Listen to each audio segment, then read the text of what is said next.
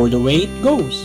Filipinos, magandang umaga po. Tanong nga ng mga Briton, are you okay? Sa mga hindi nakakakilala sa akin, my name is Paul. I live here in the UK for 13 years. I just want to share my struggles and experiences as a migrant Pinoy in Great Britain. Before we start, please like, subscribe, and click that notification for you to be updated for my future vlog. For those Filipino who just settled here, either your work visa or a dependent visa, there is something that you should know before you go for a new adventure. Pagdating mo dito sa UK, mapapansin mo ang kaibahan ng bansang ito sa Pilipinas. Masasabi mo na ang swerte ko naman at nakarating ako dito. Your confidence goes high, you will think that everything is going to be fine. Masasabi mo na pwede mo nang gawin ang kahit anong gusto mo. Ang may wagang tanong, tama ba ang iniisip mo? Tama din ba ang pakiramdam mo? Tandaan mo, bago ka pa lang sa UK. Mag-isip-isip ka muna kung ang aksyon mo ay makakabuti sa'yo at sa pamilya mo. 10 early mistakes migrant Pinoy do in the UK. Number 1. Your pound to peso conversion mentality. Sa unang sweldo mo, mapapangiti ka. Wow, ang dami ko namang pera. When you convert your pounds to peso, your feeling is like you're a millionaire. I am rich. Ang hindi mo naiisip ay madami kang gastos sa UK. The cost of living here is very high. Tayong mga Pinoy, ang una agad ginagawa sa unang sweldo natin dito ay magpadala ng pera sa Pilipinas. Hinay-hinay ka lang muna. Learn to budget your salary. Saalang-alang ang sarili mo bago ka gumastos. Ang isa pang dapat mong tigilan ay ang pag-convert sa peso ng gastusin mo dito sa UK. Sa katulad ko na nagbabayad ng renta sa bahay sa halaga na £550 a month, ito po ay 36,500 pesos sa conversion na 1 pound to 66 pesos. Noong una, na-depress ako. Ang laking pera niyan. Kaya itigil mo na ang pag-convert ng mga gastusin mo sa peso. Number 2. Travel galore. Napansin ko lang sa mga bagong dating sa UK ay sabik na sabik mag-travel sa ibang bansa. Partikular sa parte ng Europa. Katulad ng Paris, Rome, Spain, at iba pa. Napakadali nga naman pumunta sa mga bansang yan kung nandito ka na sa United Kingdom. Wala pa nga 6 months, nasa Paris na at hindi pa nga nakapasyal dito sa UK. Well, that's your money. If it will make you happy, then do it. But my advice is hinay-hinay lang sa gastos. If you're staying here in the UK for good, you need to save a lot of money. I mean, a lot of money. Isipin mo na lang yung pag-renew ng working visa mo.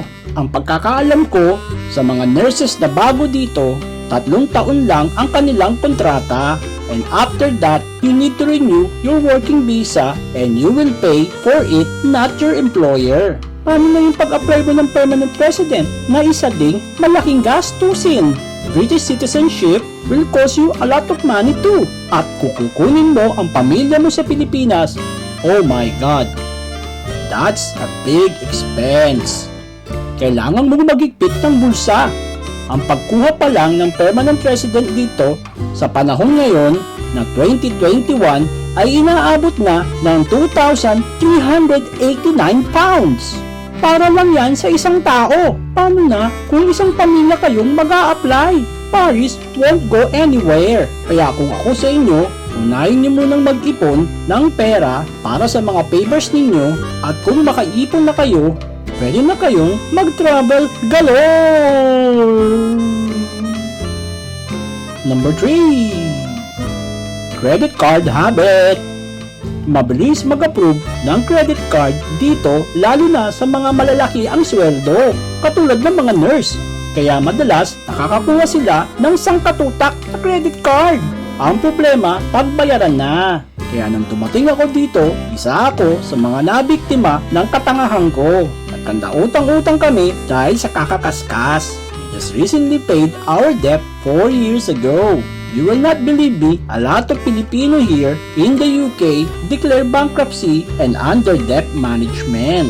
Kung kukuha ka ng credit card, isa lang. Okay na yun. Maintain it and make sure you pay every month. Number 4. Shop till you drop. I've been here in the UK for 13 years. I just laugh from the inside when I see new migrant people shopping in the groceries. I said to myself, I was once like them. Totoo po yun. Nung nag-shopping kami dito, grabe yung shopping trolley namin. Punong-puno ng pagkain. Paano ba naman? Matutukso ka. Bakit? Kasi karamihan ng mga food shop dito ay malalaki at napakadaming choices. Marami ding sale. Kaya ang tendency mo ay kuha ka lang ng kuha. Ang masama, after a few days, expire na yung ibang food. Hindi mo na makakain. Waste of money and then a waste of food. Ganun pa din ang ginagawa ng mga bagong salta dito. Important is budget your shopping. Lista mo na ang mga bibilhin mo and stick to your list para hindi nasasayang yung pera mo at yung pagkain. Ako, sa ngayon, ay every week na namimili ng food para maubos agad at hindi ma-expire. Number 5. We need a mortgage now! As in now! Kararating pa lang dito, ang una na kaagad iniisip ay makabili ng bahay. Yan ang isang pagkakamali ng mga bagong migrant Pinoy dito sa UK. Ipipilit kahit magkabaon-baon sa utang. Ang resulta, disapprove sa mortgage. Bakit? Failed because credit rating is low. Abay, isang katutok ba naman ang credit card ang kinuha mo tapos hindi mo mabayaran, tapos a-apply ka pa ng mortgage. Dami kasing utang sa credit card. Kung kukuha ka ng bahay, dapat planuhin mo muna. Kung may asawa ka, mas maganda kayong dalawa ang mag-mortgage. Yung bank account mo, wag mong uubusan ng deposito. Dapat at least may 200 pounds ka every month sa debit card. Huwag ka din papalya sa mga direct debit payment mo. Ako, hanggang ngayon, nangungupahan pa din. I'm buying my house soon, maybe 3 to 4 years from now. Hindi ako nagmamadali kasi wala pa akong pang deposito. I will plan everything so it will be a blessing, not a curse. Number 6. Let's buy a car and drive. Magdadrive ako hanggang... Driving a car can be expensive here in the UK, especially if you don't have a UK license. You can use international driver's license but your insurance is higher and you can use it up to 1 year only. Kung talagang gusto mong mag-drive dito sa UK, ang kailangan mong unang gawin ay makakuha ng driver's license. Ang problema doon, magastos yan. You need to have a driving lesson. Marunong naman ako mag-drive sa Pilipinas. Papasa lang ako niyan. Wrong. A lot of Filipino here try that way. And they failed, and failed again. Kailangan mo matutunan ang mga paraan kung paano magmaneho dito sa UK. Kailangan mawala yung mga mannerism mo ng pagdadrive sa Pilipinas. Diyan madalas bumabagsak ang mga Pilipino sa kanilang mga mannerism when driving. At kung sakaling makapasa ka na, diyan na papasok ang gastusin katulad ng car insurance na mas mataas kasi kapapasa mo pa lang. Isama mo na ang MOT, road tax, maintenance ng kotse mo at ang petrol or gasoline expense. Okay naman ang public transport dito. Hindi mo naman kailangan mag-drive kung kararating mo lang dito sa UK. Number 7. Not saving money for the future. Tayong mga Pilipino, kaya nag-abroad dahil gustong makatulong sa pamilya. We will help every person in our family. Iaahon natin sa kahirapan, pag-aaralin ng mga kapatid, sasagutin ng kuryente at tubig at pati utang nila sa kapitbahay. Hindi naman masama tumulong, lalo na kung pamilya mo ang tutulungan. But please take care of yourself. Magtira ka naman ng para sa'yo. Magtabi ka naman ng pera sa kinabukasan mo. There are a lot of Filipino here in the UK that are struggling because they give all their earnings back to the Philippines.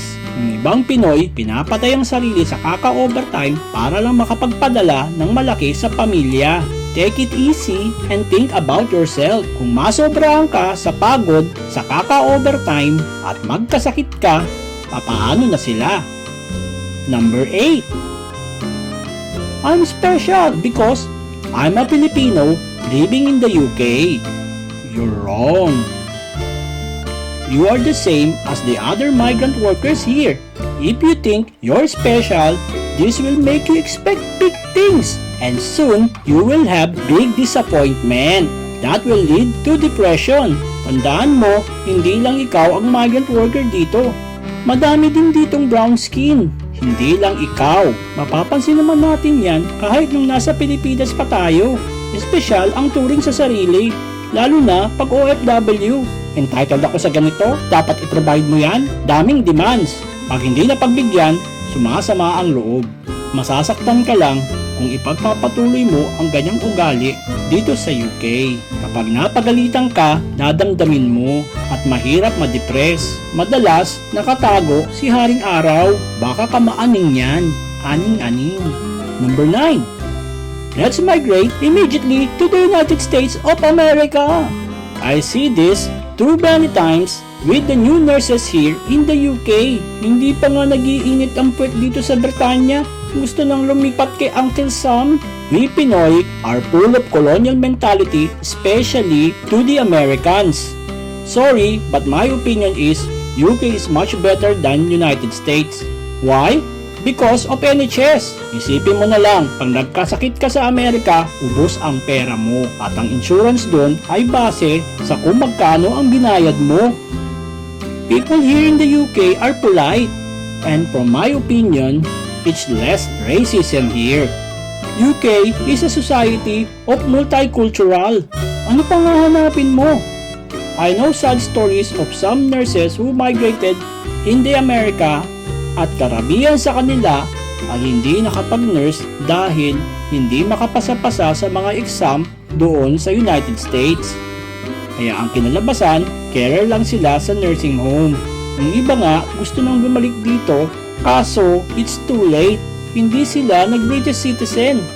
Huwag madaliin ang paglipat ng ibang bansa. Bigyan mo muna ang sarili mo ng ilang taon para mapag-aralan ang United Kingdom. At kung hindi ka happy dito, doon ka palang lumipat. Number 10. Claiming benefits. Kung dumating ka dito, mapapansin mo sa visa mo bilang isang working o dependent, you are not entitled to public funds. Ano ba ang ibig sabihin ng public funds? Ito po ay kinabubuhan ng tax credit, child tax credit, child benefits, job seekers allowance, council house, at iba pa. Madaming Pilipino ang nag-a-attempt na kumuha ng benefits nung bagong dumating sila dito. Matitigas ang ulo nila at yung iba ay nakakolekta. The consequences of this is they will force you to pay the benefit that you claimed. Worst scenario is it will affect your application for permanent residency. Meron ng mga Pinoy dito na napauwi dahil nag-claim sila ng benefits nung bagong dating sila dito. Yung ibang Pinoy, bubuyuin ka pa na kumuha. Huwag po kayong maniwala.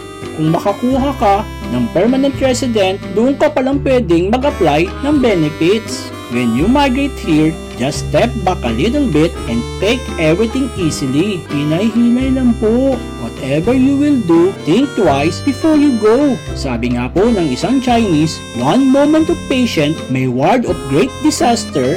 One moment of impatience may ruin a whole life. For the way it goes. Maraming salamat po. See you all next time.